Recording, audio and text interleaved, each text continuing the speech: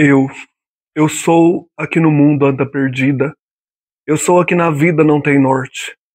Eu sou a irmã do sonho e desta sorte sou a crucificada, a dolorida. Sombra de névoa tênue e esvaecida, e que o destino amargo, triste e forte impele brutalmente para a morte. Alma de luto sempre incompreendida. Sou aquela que passa e ninguém vê. Sou a que chamam triste sem o ser. Sou a que chora sem saber porquê. Sou talvez a visão que alguém sonhou, alguém que veio ao mundo para me ver e que nunca na vida me encontrou. Este é o soneto Eu, da poeta Florbela Espanca. Eu sou o Frei Joaquim e hoje quero apresentar esse livro, Livro de Mágoas, editora Estampa de Portugal. Esse livro aqui foi um presente de uma amiga psicóloga, Luciana, lá de Franca. Ela me deu esse livro no mês de junho de 2014, e eu gosto muito da Florbela Espanca. Esse aqui é um dos primeiros livros, quiçá o primeiro livro da Florbela, escrito em 1919. São 32 poemas em que ela traz a temática da dor. Ela vai expor todo o seu eu lírico, todo o seu sofrimento interior nestes sonetos, que aqui são comentados um por um no final do livro. E nós temos também 3 textos sobre o livro e um texto sobre a organização da edição, critérios que os portugueses, né, os organizadores escolheram, e da transcrição dos textos. Questão de sílaba poética, do uso de algumas letras que não existem mais em algumas palavras, como por exemplo aqui, olha, número de sílabas, acentos ortográficos, tudo isso tem aqui também uma oportunidade de você ver a construção de um texto. Porque isso aqui, alguns sonetos, ela escreveu em cartas para amigos e também num outro livro, preparando esse livro de 1919, esses 32 sonetos do livro de Mágoas. Quem organizou isso aqui foi Cláudia Pazos Alonso e Fábio Mário da Silva. Esta edição aqui, esse livrinho, ele faz parte das obras completas. Aqui é o volume 1. Como ela trouxe para mim de Portugal, né, eu tenho só esse volume aqui. Aqui uma foto da Florbela. Ela nasceu no dia 8 de dezembro de 1894, em Vila Viçosa, em Portugal, e morreu, suicidou-se no dia 8 de dezembro, dia de seu aniversário, de 1930, em Matosinhos, Portugal. Eu tenho aqui na minha coleção, eu acho que eu já tenho um vídeo sobre isso, falando sobre os livros da Florbela que eu tenho, que é uma fotobiografia, mostrando então um pouco aí da vida da Florbela. Aqui nesses sonetos nós temos uma extrema experiência de dor. Como é que ela constrói então essa autoridade poética através dessas sensações e expressões de dor. A dor aqui é como um personagem, diz o Fábio Mário da Silva, né? E a Florbela, ela gostava muito de uma prestigiada escritora italiana chamada Ada Negri, que nasceu em 1870 e morreu em 1945.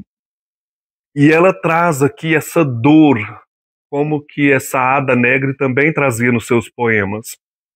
A dor de Ada Negri usa um manto púrpura sobre os ombros. São palavras da Florbela. A minha dor veste de burel e anda descalça. Então ela traz a Florbela uma imagem do Jó sofredor, ao mesmo tempo desgraçado e abençoado por Deus. E nisso a Florbela se distancia da escritora italiana. Então nós temos uma dor aqui que é abençoada e ao mesmo tempo amaldiçoada. E as dores do corpo, como ela diz nesse soneto que eu abri o vídeo, sou a crucificada, a dolorida. Essas dores tornar-se-ão dores da alma, como ela diz mais adiante. Sinto hoje a alma cheia de tristezas.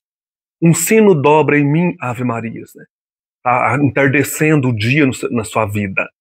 É uma alma frágil, enternecedora, consoladora e salvadora. numa amálgama literária que reflete experiências elementares e também situações paroxistas. Então a Flor Bela trabalha esses contrastes, né?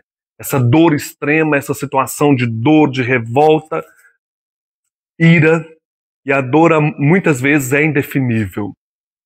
Tudo isso o eu lírico apresenta para nós uma pluralidade de manifestações dolorosas. A dor como fonte de poder, uma dor cósmica de existir enquanto mulher, uma beleza dolorosa, uma vocação para reconverter a dor em ímpeto expansivo e galvanizante, a dor no amor. Sonetos que então trazem para nós a causa da dor no desejo de amar. Esse desejo de amar provocando dor. O eu lírico quer desfrutar de um amor perdido ou que nunca ainda foi experimentado. Então, isso ela mostra também nesses poemas dolorosos. Esse amor que permanece também como um sonho. O primeiro soneto do livro chama Este Livro. Este livro é de mágoas. Desgraçados que no mundo passais, chorai ao lê-lo. Somente a vossa dor de torturados pode talvez senti-lo e compreendê-lo. Nessa primeira estrofe, ela quer uma comunhão de lágrimas com os leitores, né? Chorai ao lê-lo. Este livro é para vós, abençoados, os que o sentirem. Sem ser bom nem belo, Bíblia de tristes, ó desventurados, que a vossa imensa dor se acalme ao vê-lo. Lembra Jó, né? Abençoado e desgraçado, né? Sofreu demais o Jó. Livro de mágoas, dores, ansiedades, livro de sombras, névoas e saudades. Vai pelo mundo, trouxe-o no meu seio. Irmãos na dor, os olhos rasos de lágrimas, chorai comigo a minha imensa mágoa, lendo o meu livro só de mágoas cheio. Esse primeiro soneto tem uma ligação impressionante com este último, chamado Impossível, em que ela diz: disseram-me hoje assim ao ver-me triste, parece sexta-feira da paixão, sempre a cismar, dolhos no chão, sempre a pensar na dor que não existe. O que é que tem, tão nova e sempre triste? Faça por estar contente, pois então. Quando se sofre o que se diz é vão, meu coração tudo calado ouviste. Os meus males ninguém mos adivinha, a minha dor não fala, anda sozinha. Dissesse ela o que sente, ai, quem me dera. Os males danto, toda a gente o sabe. Os meus ninguém, a minha dor não cabe, nos 100 milhões de versos que eu fizera. Então ela retoma aqui um poeta muito importante, um poeta português chamado Antônio Nobre. Então quando ela diz, os males danto, ou seja, de Antônio Nobre, então eles falavam desse Antônio Nobre juntando ela, Danto, é um poeta conhecido e que a Flor Bela gostava muito. Então ela dizia, os males, as dores do Danto, do Antônio, todo mundo conhece, mas as minhas não. As minhas estão caladas, eu ando sozinha. O pessoal diz, por que você está tão nova e sofrendo tanto com os olhos no chão? Por quê? Porque ela permanece, né, nessa dor calada, sofrendo sozinha. Muito interessante tudo isso, né? Essa dor significante transformando-se em aprisionamento. Então, temos aqui também alguns sonetos que falam desta dor aprisionada num castelo. Por exemplo, Castelã de Tristeza é o nome de um dos sonetos. Ela diz, altiva e couraçada de desdém, vivo sozinha em meu castelo, a dor. Passa por ele a luz de todo o amor, e nunca em meu castelo entrou alguém. Castelã da tristeza, vês a quem? E o meu olhar é interrogador, perscruto ao longe as sombras do pôr do sol pôr. Chora o silêncio, nada, ninguém vem. Castelã da tristeza, por que choras lendo, toda de branco, um livro d'horas? A sombra rendilhada dos vitrais? À noite, debruçada pelas ameias, por que rezas baixinho, por que anseias? Que sonhos afagam tuas mãos reais? Então é essa mulher aprisionada, é o eu lírico, que através do poder da linguagem tem a capacidade de compreender e estabelecer uma relação completa com a natureza, com o universo mágico da poesia. É a dor encastelada. Há um prazer na dor alcançada em virtude de uma dinâmica de beatitude e de purificação. Ela é como ou uma castelã ou uma monja presa num claustro, rezando, percebendo a angústia alheia e também a sua. Uma necessidade crucial que a poetisa tem para melhor compreender a vida e o fazer poético.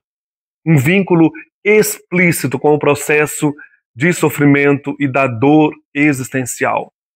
Temos um outro aqui, que são vários, mas esse é chamado Torre de Névoa, em que ela vai afirmar a construção e autoridade poética na dor. Torre de Névoa. Subi ao alto a minha torre esguia, feita de fumo, névoas e luar, e pus-me comovida a conversar com os poetas mortos, todo o dia. Contei-lhes os meus sonhos, a alegria dos versos, que são meus, do meu sonhar, e todos os poetas a chorar. Responderam-me então: que fantasia, criança doida e crente! Nós também tivemos ilusões como ninguém, e tudo nos fugiu, tudo morreu. Calaram-se os poetas tristemente, e é desde então que eu choro amargamente, na minha torre esguia junto ao céu. Novamente a imagem de castelo, de torre, de aprisionamento, né, na dor. Ela foi conversar com os poetas antigos, o Antônio Nobre e outros, que ela também estava poetando, né? Eles falaram: você também está cheia de ilusão, tudo isso é passageiro. Então só os grandes poetas conseguem expressar a dor num poema. Por isso, Flor Bela vislumbra objetivar uma maior sensibilidade das expressões e sensações dolorosas, construindo na sua primeira obra, essa aqui, Livros de Mágoas, revestida de uma angústia infinita, um eu que procura produzir um verso puro, altivo e forte. É aquela que apenas os poetas experimentaram, é aquela dor absoluta, onde se explica o trajeto doloroso do ato poético e a sua relação com a ideia de poder, de autoridade, de que gozam apenas poucos poetas. Então ela diz nesse soneto que eu li, né, Torre de Névoa: pus-me comovida a conversar com os poetas mortos todos os dias. Né? Aqui os poetas, né, os escritores mortos fazem parte da essência da nossa vida. Né? Em suma, gente, a dor florbeliana baseia-se numa percepção subjetiva de autoavaliação e comparação internas. Então nós temos dentro dela uma musique de dolor, uma música da dor. O livro de Mágoas é a dor essencial e tem de ser experimentada em todas as suas facetas. Livraço. Né? Depois nós temos um outro texto da Eliana Luísa dos Santos Barros. Ela vai falar de luto e melancolia, que são dimensões do livro de Mágoas, comparando com a questão do processo de luto em Freud. Então, desde cedo, a dor a atormentou Flor Bela, em função das duras perdas que sofreu, fazendo com que esbarrasse com a morte. Primeiramente, ela perde a mãe, depois os amores, o irmão e, enfim, a vontade de viver. A sua escrita é testemunho de uma vida amarga e tormentosa. Em 1919, ela escreve, então, o Livro de Mágoas, e temos aqui a posição de Flor Bela diante da vida, que é uma posição de profunda tristeza. Os poemas apresentam um tom melancólico do pessimismo do fim do século XIX. A impressão inicial aqui que se desprende, né, do leitor ao ler este livro de Mágoas é que o mundo de Flor Bela é povoado pelo sofrimento e pelos seus derivados, a escuridão e a solidão. Uma predisposição para a melancolia. O sujeito aqui, com as suas dores e perdas, transmitem nos sonetos uma experiência estritamente singular, atestando uma alma de luto. E aí nós lembramos aqui a autora, né, lembra de um texto de Freud, Luto e Melancolia. Ele afirma que o luto, o Freud, ao contrário da melancolia, envolve graves afastamentos daquilo que constitui atitude normal para com a vida, mas nem por isso deve-se considerá-lo como sendo uma condição patológica, uma vez que após certo tempo será superado. Então o Freud fala que a gente perde o objeto amado, em que a gente se amava também naquele objeto, e depois de um tempo o luto é superado. Assim, quando o trabalho de luto termina, segundo Freud, o eu está em condições de investir a sua libido em outros objetos. A realização do trabalho de luto exige um tempo para que o sofrimento possa ser atravessado. Agora, como que Flor Bela encara aqui a travessia pela dor? Parece que a saudade do que foi perdido em Flor Bela se transforma em um estado agônico, que só tem fim quando a morte vem. É uma agonia, né? Como ela diz num dos sonetos, trago em meus lábios roxos a saudade. E se a morte demora, o suicídio é o ato que antecipa o desejo de morte, ela responde, né? Ela diz, responde à minha dor, que linda a cova. Na trilha, então, de Freud, que escreveu depois de Flor Bela, percebemos que tristeza, desânimo e falta de interesse pelo mundo são reações que vamos encontrar tanto no luto como na melancolia. Na melancolia, o sujeito sabe que perdeu alguma coisa, mas não sabe o que de si mesmo foi perdido com o objeto. Flor Bela, então, dá testemunho poético dessa perda ignorada e de si mesma. Ela diz num dos sonetos, saudade que eu nem sei de onde me vem, ela não sabe, né, da onde vem essa saudade do objeto perdido. Talvez de ti, ó noite, ou de ninguém, que eu nunca sei quem sou nem o que tenho. Na melancolia, diferentemente do luto, há alguma coisa inconsciente na relação do sujeito com o objeto perdido. No luto é o mundo que se apresenta pobre e vazio. Já na melancolia é o próprio eu que se apresenta desprovido de valor, incapaz de qualquer realização. Ou seja, um eu moralmente desprezível. Ela vai dizer no poema A Minha Tragédia. E essa minha alma trágica e doente, ou melhor, aqui no poema Ao Vento, e esta minha alma trágica e doente. Depois no A Minha Tragédia ela diz, tenho ódio à luz e raiva à claridade. Do sol alegre quente na subida, parece que a minha alma é perseguida por um carrasco cheio de maldade. Então a luz incomoda, né? Ela está na escuridão. Aquele trecho que eu li, em que ela fala, saudade eu não sei de onde me vem, saudade que eu não sei de onde me vem, talvez de ti, ó noite, ou de ninguém, que eu nunca sei quem sou nem o que tenho. Esse é o soneto Noite de Saudades. Estão todos aqui, né? Estão comentando os sonetos. Então nós temos certamente aqui um desinteresse apático, né? Essa apatia é desinteresse, né? Temos um desinteresse pela vida. E aqui a Flor Bela tem uma insatisfação marcante pela melancolia. Esse negativismo que ela diz no poema Vaidade, no soneto, né? Ela diz lá, sonho que sou a poetisa eleita, acordo do meu sonho e não sou nada. Então aqui é um negativismo a que se refere a um eu totalmente desprovido de valor. A sua escrita expressa uma constelação mental de revolta, marcando um penoso sofrimento e ainda variadas autoacusações, autodifamação aflitiva, queixumes e situações de desprezo e desapontamento. O melancólico ama um objeto que não existe mais, cuja sombra se projeta no eu, em função dele ter identificado-se com o objeto perdido. Então ela vai trabalhar essas questões e dizer, teoria e poesia, cada discurso com seu estilo, tanto a teoria de Freud no futuro, esse texto, Luto e Melancolia, ele foi escrito em 1915 e publicado em 1917, então é bem próximo, né? Eu falei que ele foi depois, não, ele foi antes. O Livro de Mágoas, em 1919, tanto o texto como a poética da Flor Bela, cada discurso com seu estilo, abordam a existência humana a partir do sofrimento diante da perda do objeto amado. E é interessante que a Flor Bela dedica esse livro de mágoas às suas perdas, né? O livro de mágoas. Ela traz a meu pai, o meu melhor amigo. Tem um comentário aqui que eu achei interessante, olha. O livro de mágoas foi dado à estampa, né, com a ajuda de Raul Proença e o incentivo do pai João Maria Espanca. Por isso, é ao pai a primeira dedicatória. Lembremos que João Maria Espanca, o pai da Flor Bela, passara de simples aprendiz de sapateiro a um próspero antiquário, com atividades também ligadas à fotografia. E a Flor Bela ela será usada como modelo. Então, nós temos várias fotos da Flor Bela.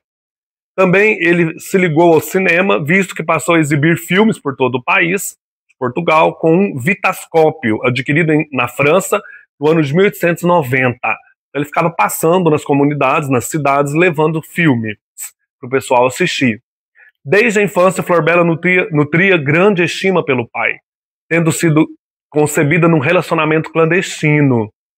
A perfilhação, o reconhecimento legal de que alguém é seu filho, né?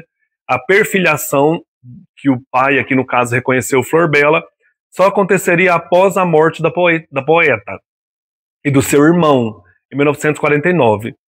Segundo Manuel Serrano, foi neste ano que um grupo influente de pessoas pediu a João Maria Espanca que confirmasse a paternidade de Florbela, tornando-a oficial. Serrano acredita que isto não foi feito com a intenção de reivindicar direitos do autor, mas que se tratou, sobretudo, de uma reposição da verdade, um ato de justiça, que só peca por ter sido tardio e que representa mais um drama na vida de Florbela.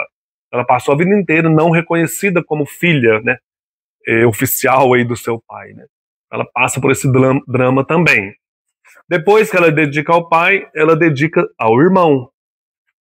A querida alma irmã da minha, ao meu irmão. Ao longo de toda a obra florbeliana, encontraremos epígrafes, sonetos, contos, que faz alusão direta ao irmão chamado Apelles Espanca. Nós temos uma obra da Florbela chamada As Máscaras do Destino, que é totalmente dedicada ao seu querido irmão morto. Ela perde esse irmão num acidente, acho que é de aviação, e traz essa dor intensa, né, na vida. A epistolografia florbeliana, dirigida a esse interlocutor tão importante, o seu irmão, é também assídua. Contudo, esta grande proximidade afetiva foi malignamente interpretada por alguns, insinuando também uma possível relação incestuosa entre os irmãos. Inclusive tem um filme feito em Portugal sobre Florbela que vai mostrar essa proximidade incestuosa dos irmãos. Muito interessante também. Depois ela põe mais duas epígrafes. Uma do Eugênio de Castro, que diz: procuraremos somente a beleza, que a vida é um punhado infantil de areia ressequida, um som d'água ou de bronze, uma sombra que passa. Essa epígrafe faz parte da obra A Sombra do Quadrante, de Eugênio de Castro. E depois a epígrafe de Paul Verlaine, ao poema 17, N'est-ce pas un dépit de sot et de méchant, da obra La Bonne Chanson. Ela traz essas duas epígrafes. E o texto em francês, do Verlaine. Isolé dans l'amour ainsi qu'un bois noir, nous deux cœurs exhalant leur tendresse possible, seront du rossignol que chantam dans le soir. É o amor como esses dois rouxinóis que cantam à tarde, né? O outro texto que nós temos aqui é da Ana Luísa Vilela, sobre os sonetos, que diz: a flor das ondas, num lençol de espuma, a dor aquática do livro de mágoas. São 32 sonetos que compõem, então, esse rio de lágrimas. Aqui ela vai falar da questão do verbo chorar, soluçar, gritar, lágrimas, pranto. E ela faz um exercício para o leitor ir descobrindo a presença da lágrima e da dor durante esses sonetos, né? É um diálogo líquido entre as mágoas de um eu e as dos seus leitores. E essa dor que só não fala, anda sozinha, sempre se encontrando em estado de luta pela expressão. No livro de Mágoas, o discurso poético se define como choro, caudal doloroso, emanado do sujeito que sofre. Tal choro, consubstanciado nos versos, sempre evidencia a sua dimensão incompleta, inacabada e insuficiente. É a eleição da dor que Florbela faz aqui como matéria poética por excelência. As dolorosas reflexões e estruturação ontológicas, que são também metapoéticas. A construção dialógica de uma cena do eu, um eu explícita e organicamente definido como sujeito feminino, sozinho e plangente. Decorrendo então o dialogismo, uma interpretação exasperada, reiterada de um qualquer tu, o qual simultaneamente propicia a constituição completa do sujeito. É sempre um eu que chora por um tu. O sujeito é aquele que sofre, onde está a dor, a ferida radical está o sujeito. Ela trabalha, então, essa questão da dor e da lágrima nesse livro, o livro de mágoas. E o outro texto que eu falei é um texto que vai destacar a importância da edição deste livro e da transcrição dos textos, né? A fixação do texto, como que se dá, como que se deu, né? Porque ela espalha alguns desses sonetos por cartas e também num outro livro que ela estava compondo em preparação deste livro. Tudo isso aqui é trabalhado para nós, né? E a correspondência que a Flor Bela tinha com poetas como Raul Proença e outros, né, que a ajudaram na composição, influenciaram na composição desses sonetos. Aqui também a questão da atualização da grafia. Então é legal você ler assim, né? Você ter também um pouco dessa estética ou do método de composição do texto. Vou escolher aqui mais alguns sonetos para trazer. Olha, A Minha Tragédia. Tenho ódio à luz e raiva à claridade do sol, alegre, quente na subida. Parece que a minha alma é perseguida por um carrasco cheio de maldade. Ó minha alma vã, ó minha vã, inútil mocidade, trazes-me embriagada, entontecida. De uns beijos que me deste noutra vida, traga em meus lábios roxos a saudade. Eu não gosto do sol, eu tenho medo que me leiam nos olhos o segredo de não amar ninguém, de ser assim. Gosto da noite imensa, triste, preta, como essa estranha e doida borboleta que eu sinto sempre a voltejar em mim. Ela gosta da noite, da escuridão, né? De joelhos, é um soneto importante, tá, Bela? Bendita seja a mãe que te gerou, bendito o leite que te fez crescer, bendito o berço aonde te embalou a tua ama para te adormecer. Bendita essa canção que acalentou da tua vida o doce alvorecer. Bendita seja a lua que inundou de luz a terra só para te ver. Benditos sejam todos que te amarem, as que em volta de ti ajoelharem, numa grande paixão fervente e louca. E se mais que eu um dia te quiser alguém, bendita seja essa mulher, bendito seja o beijo dessa boca. Alguém, né? Angústia, para terminar. Tortura do pensar, triste lamento, quem nos dera calar a tua voz, quem nos dera cá dentro, muito a sós, estrangular a hidra no momento. E não se quer pensar, e o pensamento sempre a morder-nos bem dentro de nós, querer apagar no céu, ó sonho atroz, o brilho de uma estrela com o vento. E não se apaga, não, nada se apaga, vem sempre rastejando como a vaga, vem sempre perguntando o que te resta. Ah, não ser mais que o vago, o infinito, ser pedaço de gelo, ser granito, ser rugido de tigre na floresta. Então é isso, gente. Um livro interessante para quem gosta de poemas, sonetos e da Flor Bela. Livro de mágoas, Flor Bela Espanca. Um abraço e até mais.